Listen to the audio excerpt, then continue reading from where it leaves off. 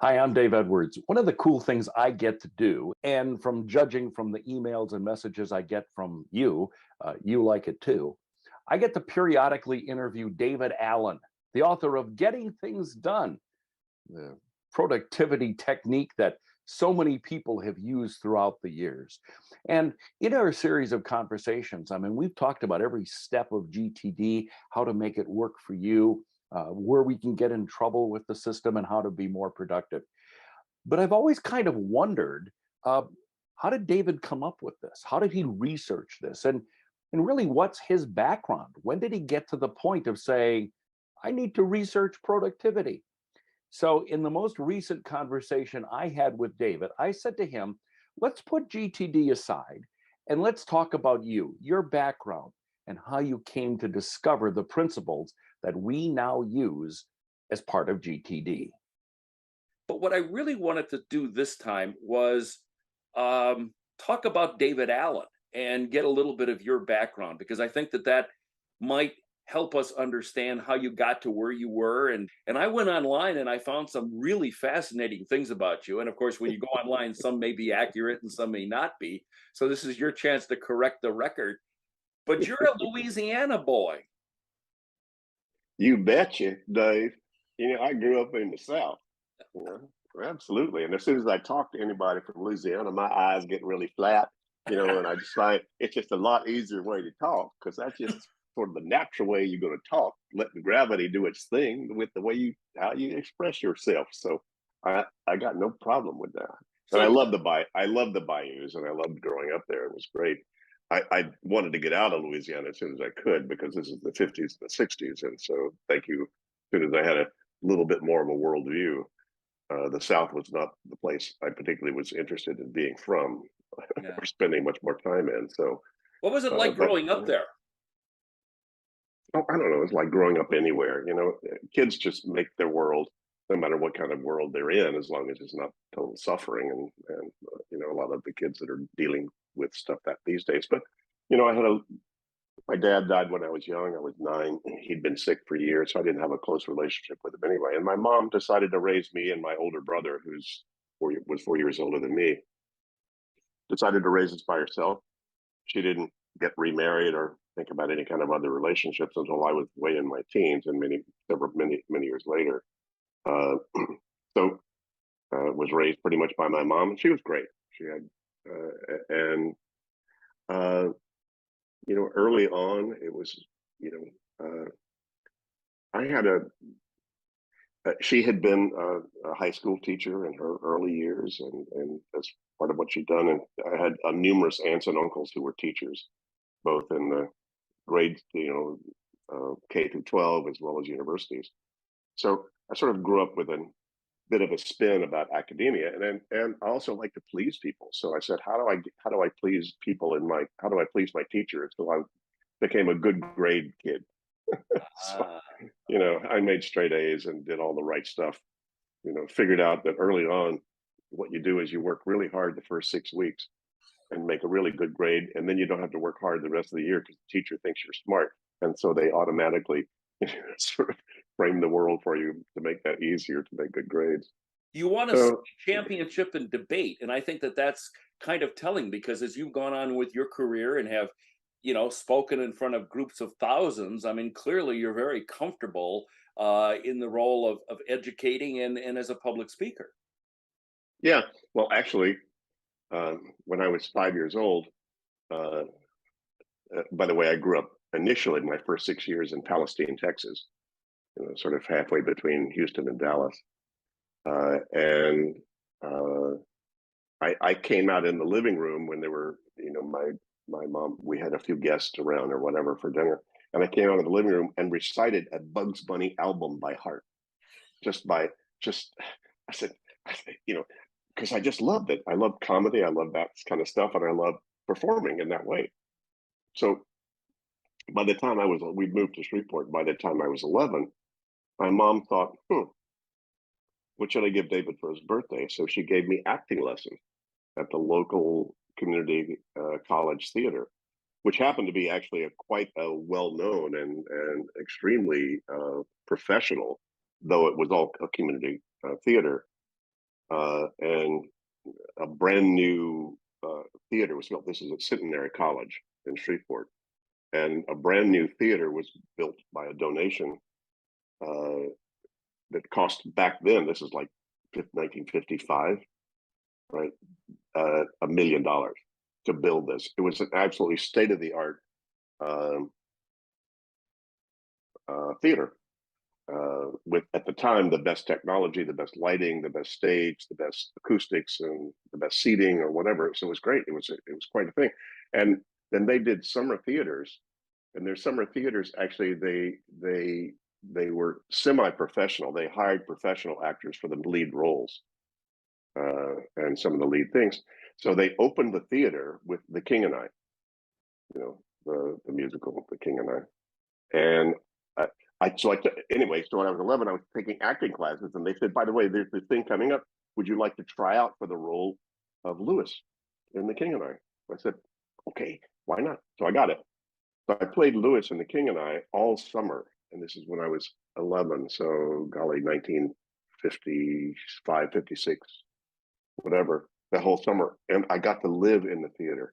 It was like wonderful. And my mom was just so good. We had trolleys that could take me to the theater and just by myself. So I spent hours just at the theater. Absolutely loved it. Loved the energy, loved the style of it. I loved the fun of it. I loved the people I met there, you know, the pianist that would play stuff for me on his piano, and just all kinds of people. And then the cast was wonderful. You know, I had the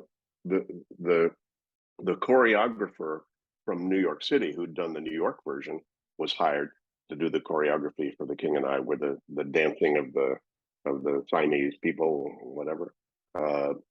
And so I got a chance to that very much broadened my horizons. It certainly gave me the experience of being on stage, you know, all summer, you know, almost every night. They found an alternate for me so that, you know, I guess they didn't want to have an 11-year-old have to spend every night there. So they found, so we every other night, then I just played to, you know, an audience of 500 people, you know, Wow. and doing that, and loved it, absolutely loved it. That was, you know, one of the great experiences of my life, just at that age, was to see how much fun it was to, you know, to do stuff that people enjoyed, that, you know, that an outer expression of that.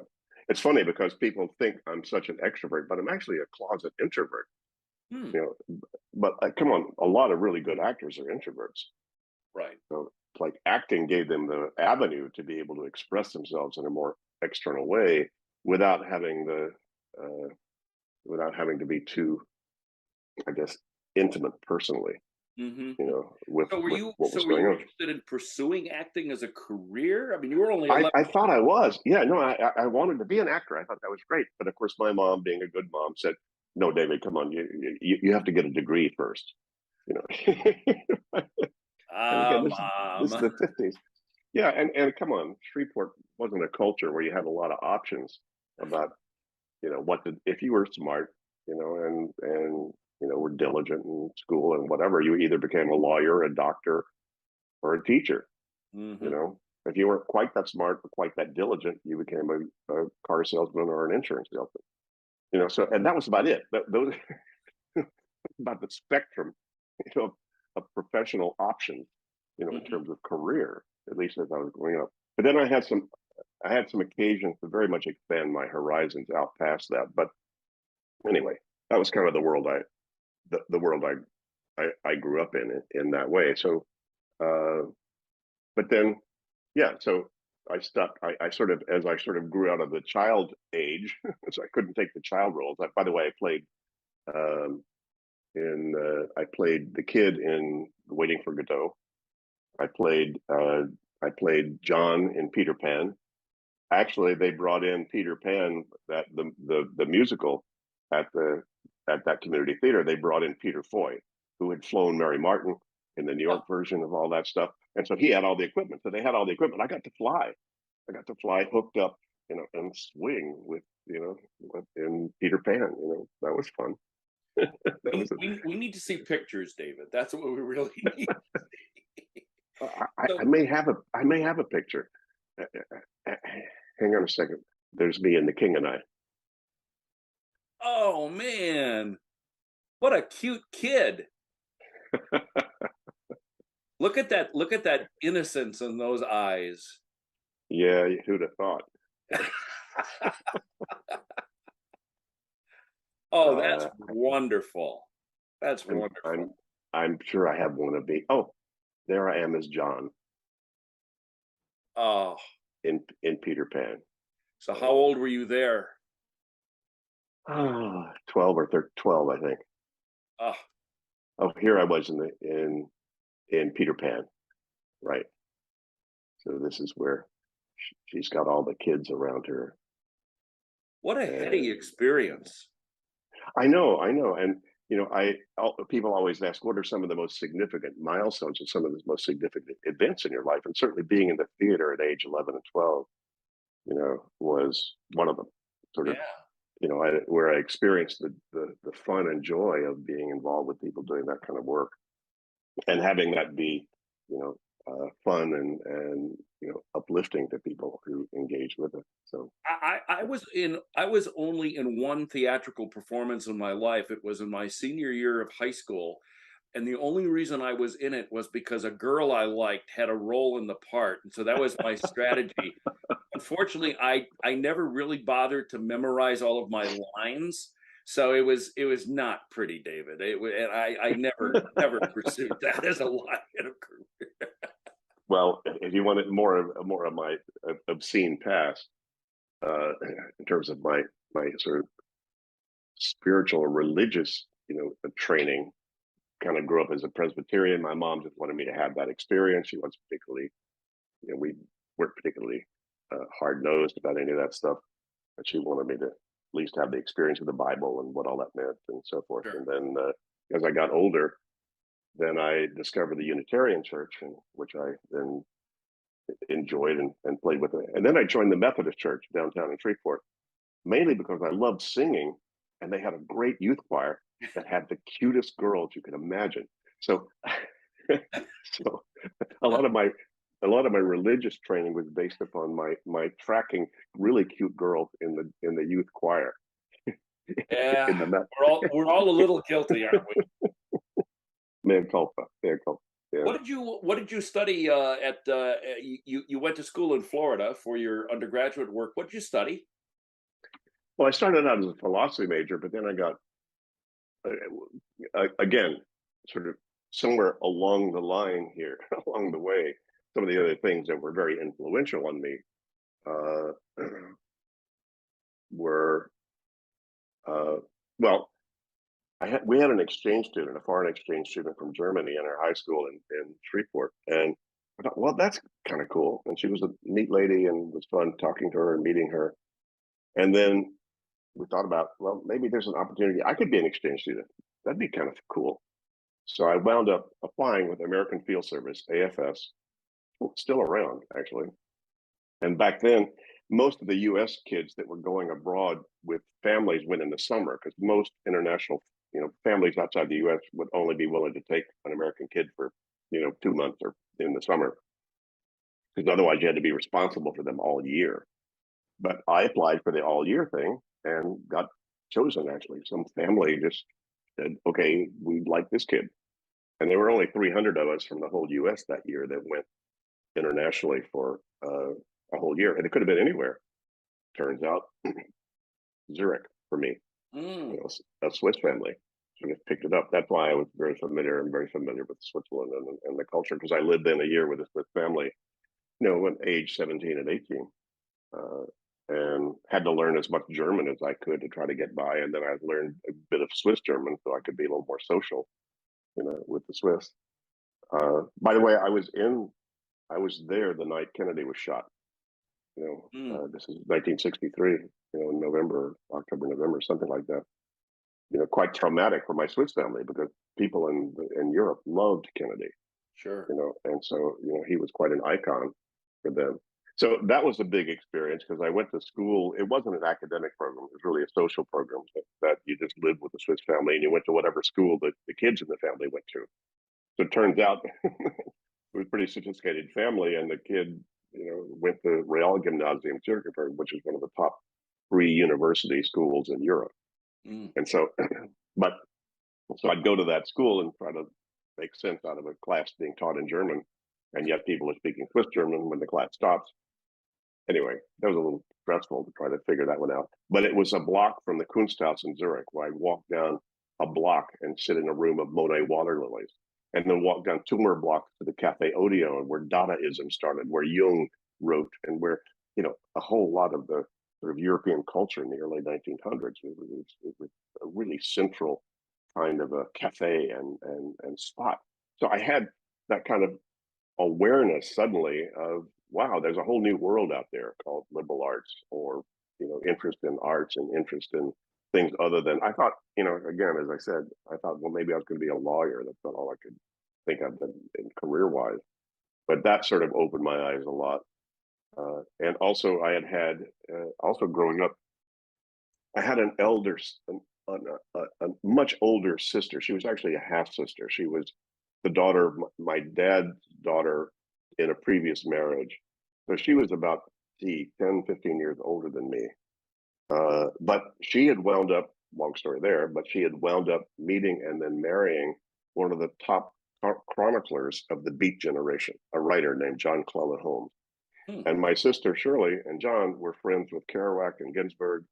As a matter of fact, my half brother-in-law, John, with Kerouac, they had coined the word beat in New York City, walking along, in Central Park or whatever, and seeing somebody going like that and say, "This guy's got the beat," and that's where the word beat showed up for that whole generation. So I had the opportunity to go visit, my sister and her husband John. When I was young, when I was 9, my mom took us on a trip after my dad died to go spend some time with her in Connecticut. And by the way, these were, if you want to talk about hip in the 1950s, these were the hippest of the hip. And John was really a sort of the most intellectual chronicler of the Beat generation. He wrote 3 or 4 novels, wrote a lot of other things. But this was in Old Saybrook, Connecticut, which was, he was the great grandson of Oliver Wendell Holmes. So, so another window into a world outside of Louisiana, believe me. Yeah, it's a long way away from Louisiana. Yeah. So in more ways than one, for sure. Anyway, so I started out, to answer your question, I started out at this strange little college that I decided to go to with no grades and design your own education, called New College in Florida. And started out as a philosophy major. I said, well, okay, let me see about that. Because when I came back from Switzerland, I said, well, that's interesting. So let me start to read philosophy. So I started to try to read Aristotle and Plato and things like that. It was a little deeper than I was interested or willing to get into. But I said, okay, well, let me study philosophy. So, but then I found the philosophers were a little bit boring, because most of them tended to prove their original hypothesis using their original hypothesis. I went, well, that's kind of a circle. But what was more interesting, and I had a good friend who was my academic advisor, who was an intellectual historian, and he turned me onto the whole idea of intellectual history, the history of thought, history of culture. Why did those philosophers think that way in that time? Why did the mathematicians think that way in that time? And a lot of my college was sort of focused in liberal arts in that way. What's the overall context of? And we weren't even using the word back then, but it was about cultural paradigms. And so that was fascinating to me. And so, that there's a little bit of a transition here in terms of my interest in paradigm, my interest in how does something you can't see what you can see, and that somehow there's something that goes on that that affects perception and performance that you can't see. But if you could get a hold of that, where is that, and get a hold of that, then that would, make it much easier to get stuff done or to understand some things. So that was my major, was intellectual history. And then I was fascinated by the U.S. history, so I focused on U.S. intellectual history, and then wound up getting into graduate school in Berkeley in 1968 in American intellectual history. Interesting. There's another period of your life. I mean, you were in this period of discovery, I'll call it, which when you consider Berkeley at that time, I can certainly understand that. But there was a darker period. The world of drugs became part of your life. Well, to me, it was about that. yeah, no, It was fine. I smoked a lot of grass, hash, took psilocybin, took mescaline, took acid, but I was doing it as an exploration. I assumed that there was something bigger out there, and so these seemed to be keys to how do you sort of open your consciousness to see stuff that's not there, that's really there, but not visible to you. So I didn't do it as escape. I did it as exploration. So yeah. What did So you those were learn by thoughts. that? Hmm. Well, I learned there are other realities that one can get to. I mean, all the ayahuasca people these days and all the people doing mushrooms these days who can attest to pretty much the same thing. That, hey, it tends to decondition your conditioning so that you're sort of more open to other stuff. I found out later on, just through my spiritual explorations and coaches or whatever, that unfortunately drugs sort of let you know there was another reality, but there's a glass wall between you and it, and you can't get through that glass wall if you're still doing the drugs. Hmm. So I had to be trained. I had to walk all the way back around and come back around. So 1971 was the last time I ever smoked a joint or did anything, recreational in terms of drugs. Hmm. But so, but that was just all, more exploration and adventure, more than anything else. Maybe you hit on the right word there, adventure, because as I think about your growing up, there's a lot of adventure in this. I mean, I looked at the long list of jobs you have in your bio that you have. I mean, steady employment was probably never a plus for David Allen. I mean, you just ran the gamut. Yeah, yeah, I You did. were an You know, adventurer. I guess so. But again, my personality is not so much. I'm not really. I'm not really kind of. I guess I am. Every once in a while, I just decide to jump off the end of the pier and see whether the water's deep or shallow. I don't know, just because I get inspired to do something like that. But it's not like my lifestyle is like that. Come on, I made straight A's. I in school, I was everybody's friend. I was probably one of the most stable people you'd ever meet. Until I kind of, you know, ran off the rails later on by, going into more deeper exploration of myself. Yeah, yeah. So I got to get now to the point where you're we got to get closer to GTD. So at what point, Okay. as you're going through all of these experiences, and you worked as a moped salesman, you worked at a restaurant, you had a lawn service company. I mean, all of these. At what point did something click where you say, I gotta look at productivity?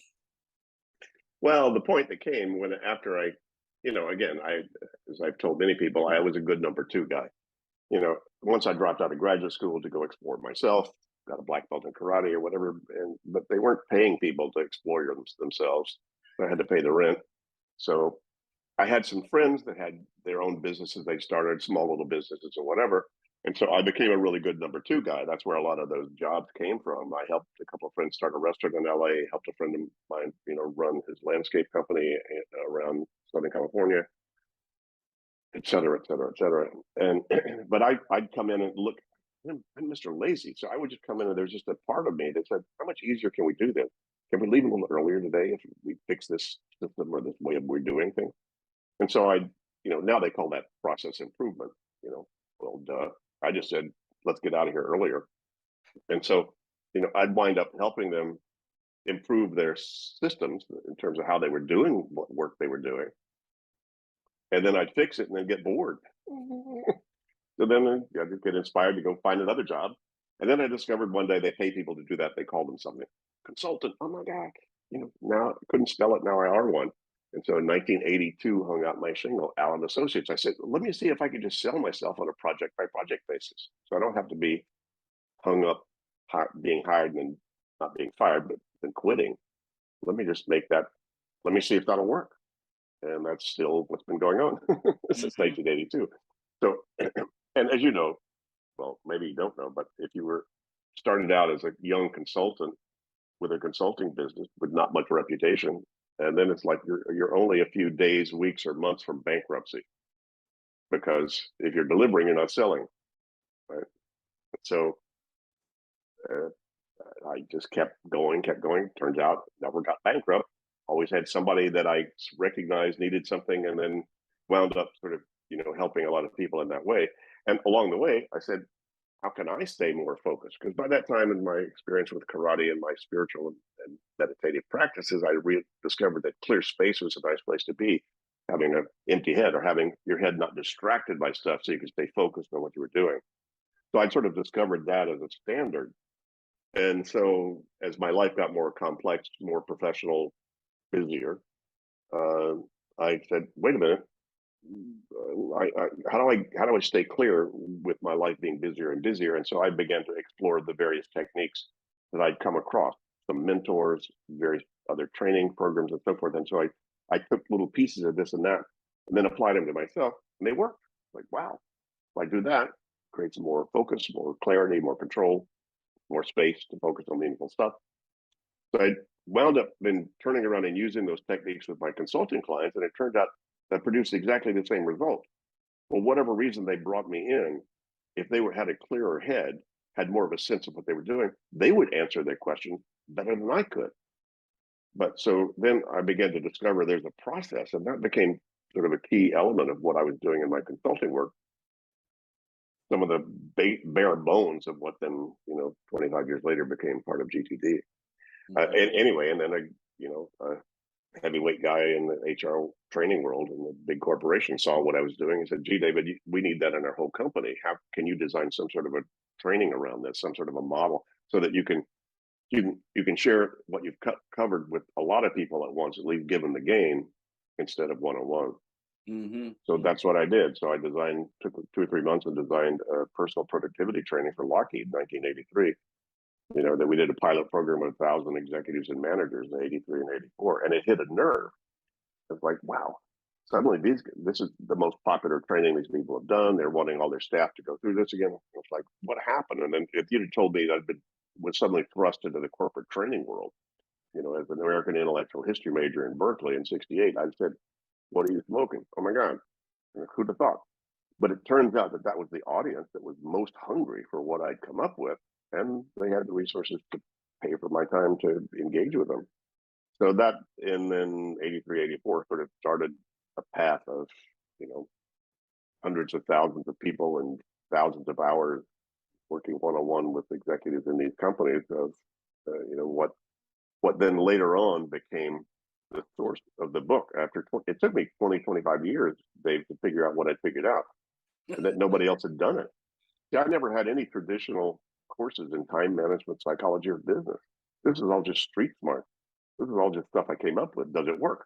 Well, Wow, business okay, schools, business schools are not known for that kind of practical education either. I guess. But that's a long way from being on the stage in Shreveport. I mean, you've been on a whole different stage your career. Yeah, yeah, and I've always enjoyed it. I've always enjoyed. People said, "Do you like coaching better than training?" I said, no, I like them both. Hold on, my little dog is barking at a neighbor dog. Oh, Hang on. Uh, so, um, so I've always enjoyed doing that, and so that's just I still do. yeah. Well, that's I good. still happy to do that kind of stuff. Though now we have partners around the world doing this stuff, so I'm not in as much demand because we got other people that are sort of taking the stage, for sharing this work.